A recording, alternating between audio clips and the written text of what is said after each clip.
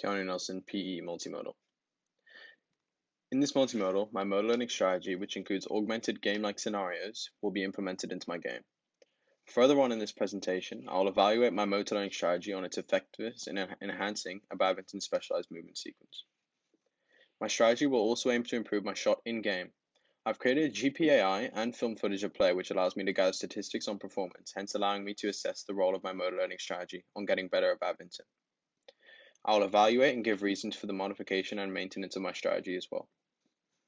Lastly, my actual performance on the movement sequences, the body movement concepts, quality of movement, and spatial awareness will be evaluated. Section 1. In this section, I'll be aiming to introduce the concepts that form the basis of strategy creation. There are two system theories, cognitive and dynamic. The basis of the cognitive system theory is that the brain works like a computer that controls the muscles in the body. The cognitive system is frequently called hierarchical. This means that it works top-down and the brain passes commands down to the muscles in the body. The cognitive system is also called linear. This suggests that the commands sent by the brain are in a predetermined order.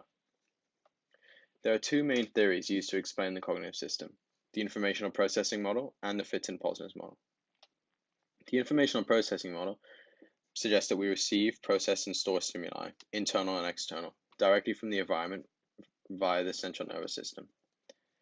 There are three stages to this model. The athlete will identify the stimuli.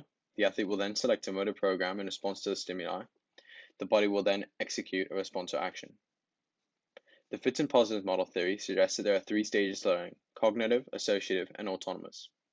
I believe I'm in the associative stage of learning. This is where the athlete understands the basics of the skill, performance is more consistent, and error numbers are low. This stage is also relatively long. The dynamic systems approach to motor learning suggests motor learning is complex and a constantly changing process. Unlike the cognitive systems approach, this suggests that the movements aren't coordinated by the brain. Instead, they are complex, non-linear interactions between all parts of the body. The dynamic system claims that motor skills are learned and carried out in response to certain variables known as constraints. There are three constraints. Task constraints are the part of the task that needs to be adapted to, in other words, the rules or equipment. Environmental constraints are the changeable parts of the task, in other words, the weather or the spectators, and the individual constraints is the physicality of the performer, in other words, height or strength. Self-organization. This refers to the adjustments the player needs to make in response to the constraints placed on them, which includes their rate limiters. A rate limiter is when a constraint has a negative effect on the performance of a player. A physical rate limiter could be height or strength. Many of the rate limiters' effects can be minimalized through drills and problem-based environments. However, there are multiple types of practice a performer can use. The practice that I've used to better my performance is a problem-based environment. This is when a player has to read a situation and act upon it in the best manner, such as only being able to shoot or move in specific areas. There are also two types of feedback that a performer can receive, intrinsic and extrinsic. Intrinsic is internal feedback given by the performer themselves, and extrinsic is internal feedback given by the performer or by a coach or by another player. Section 2.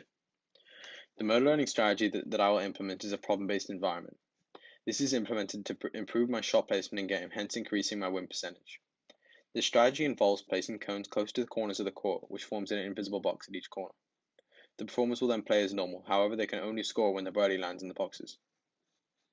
This strategy will benefit my shot because it forces me to position my shot to the outer areas of the court, which will make it harder for the opponent to go and return it. The back and forehand smash shot is one of my weaknesses. This environment can better it by making the shot more precise and accurate due to the forcing of the shots in the short areas of the court. This is a method of varied practice, which is effective in training because it resembles a competitive environment, therefore applying pressure to the performance and forcing quick thinking. As an associative performer, I've grasped the fundamental mechanics of the skills in badminton, however still making mistakes. Getting out of the associative stage takes a long period of time, which is why this problem-based environment is effective because they can be done for long periods of time, but do allow for mistakes and inconsistencies. Section 3. My back and forehand smash shot was my weakest movement sequence in game. Due to gathering pre and post data on my performance and using a second GPAI and further video footage with me losing 2 points and winning 1, I also did not attempt the smash shot frequently. After using my distributed drill, I saw a lot of improvement in my smash shot. Here you can see before the drill was implemented, I had lost 2 points to the smash shot, and I've only won one of those. After analyzing and comparing my pre-drill data using the videos of the GPAI, as seen in the area below, my smash shots were relatively inaccurate and sometimes contacting the net in front. Here you can see my stance on these two pictures here. It's very low and very crouched with my arms not fully extended, which will really hurt my power. And here are two videos of me playing. I'll play them now.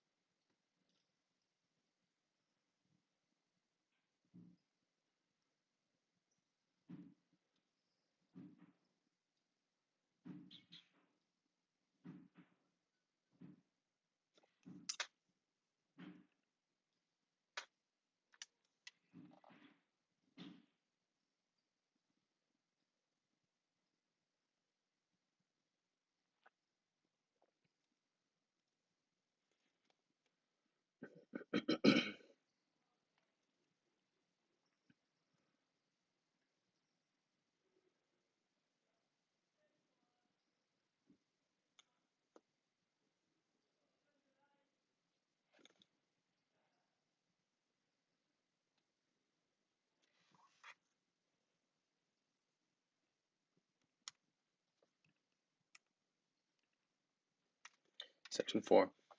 Evidently, through evaluation and analysis of my data and GPAI, my performance in badminton has seen great improvement after the implementation of my specialized modal learning strategy.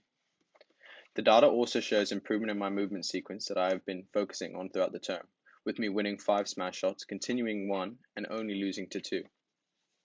Certain aspects of my shot also have changed after the use of my problem-based environment.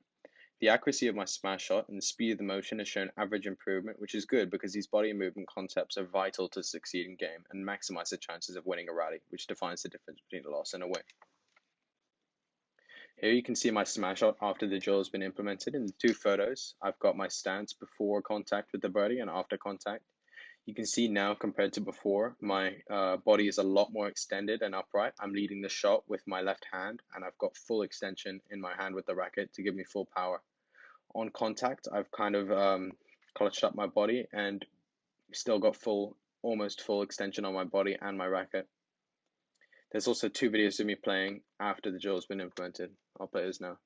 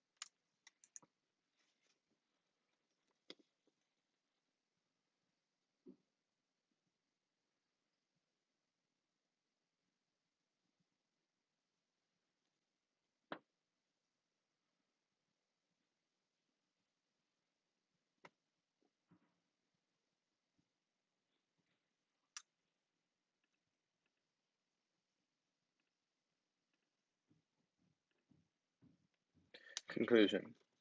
What was the purpose of this folio? The purpose of this multimodal was to improve a badminton-specific movement sequence using a learning strategy, then evaluate and justify the effectiveness of this strategy on my performance in game. What was I able to do? I was able to assess the difference in my performance before and after the learning strategy was implemented using film data and created GPAIs, which were closely analyzed to highlight these changes. What did I conclude? I concluded that my performance and movement sequence in game had great improvement, which may be caused by my progressive practice over the term. However, it is not enough to say that is the case. How effective was my strategy? Furthermore, this improvement shows me that my learning strategy was very effective, therefore suggesting that not much could be done for it to improve me more significantly in the future. However, it always can be better. Thank you.